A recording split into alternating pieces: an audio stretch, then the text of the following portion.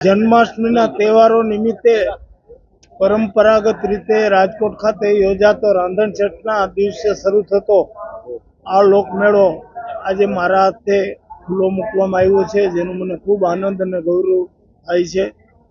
આ લોકમેળામાં ઘણા બધા સ્ટોલો, પ્રદર્શન અને અન્ય વેચાણ માટેના સ્ટોલો પણ છે અને ખૂબ જ સુંદર મજાનું આયોજન પણ તંત્ર તરફથી કરવામાં આવ્યું છે।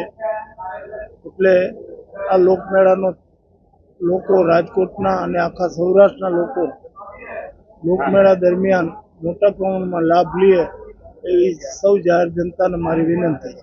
સાહેબ, ખાસ કરીને એક જ રાજ્યની અંદર બે એસઓપી છે।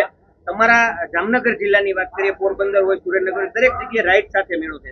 રાજકોટમાં રાઈડ નથી આ વખતે મેળામાં, શું કહેશો?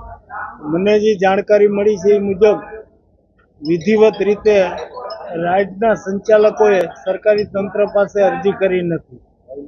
નિયમો પ્રમાણે અરજી કરવામાં આવે અને નિયમોનું પાલન કરવામાં આવે એને મંજૂરી આપવામાં આવે જ છે અને મેળામાં રાઈડ તો શોભા આપે। મને જે માહિતી મળી એ મુજબ કોઈ વિધિવત અરજી કરી નથી છે, પણ એસઓપી ના કારણે જે પ્રશ્ન છે, એક જ રાજ્યની અંદર બે એસઓપી કેવી રીતે થાય?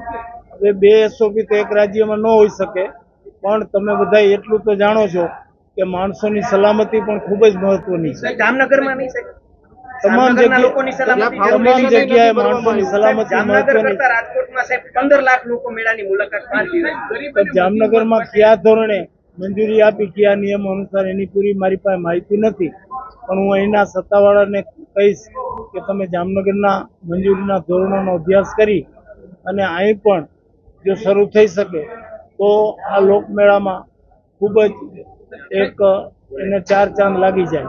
ગરીબ અને મધ્યમ વર્ગ માટે મેળો હોય છે, આખા સૌરાષ્ટ્રના ગરીબ લોકો એ મેળામાં આવતા છે। માનો છો કે વહીવટી તંત્રએ ક્યાંક કોર્પોરેટ જેના કારણે આ મેળો છે તે યોગ્ય રીતે ચાલુ નથી? કારણ કે ગયા વર્ષે પણ તમે આવ્યા હતા મેળામાં, કેવો ધમધમાટ હતો, આ વર્ષે મેળો કેવો છે તમે પણ સમજી શકો?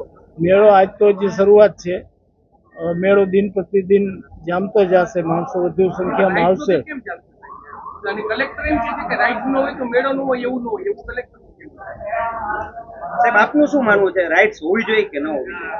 મેળામાં મનોરંજનના સાધન તરીકે રાઇડ્સની ખૂબ ઉપયોગિતા છે, એટલે હોવી જોઈએ એવું હું પણ માનું છું। પણ જામનગર અને મોરબી જે ધોરણે મંજૂરી આપી છે એ ધોરણે રાજકોટ ખાતે પણ મંજૂરી અપાય તો ખૂબ સારું, અને આ બાબતે હું સત્તાવાળા સાથે ચર્ચા કરી લઈશ। Thank you sir.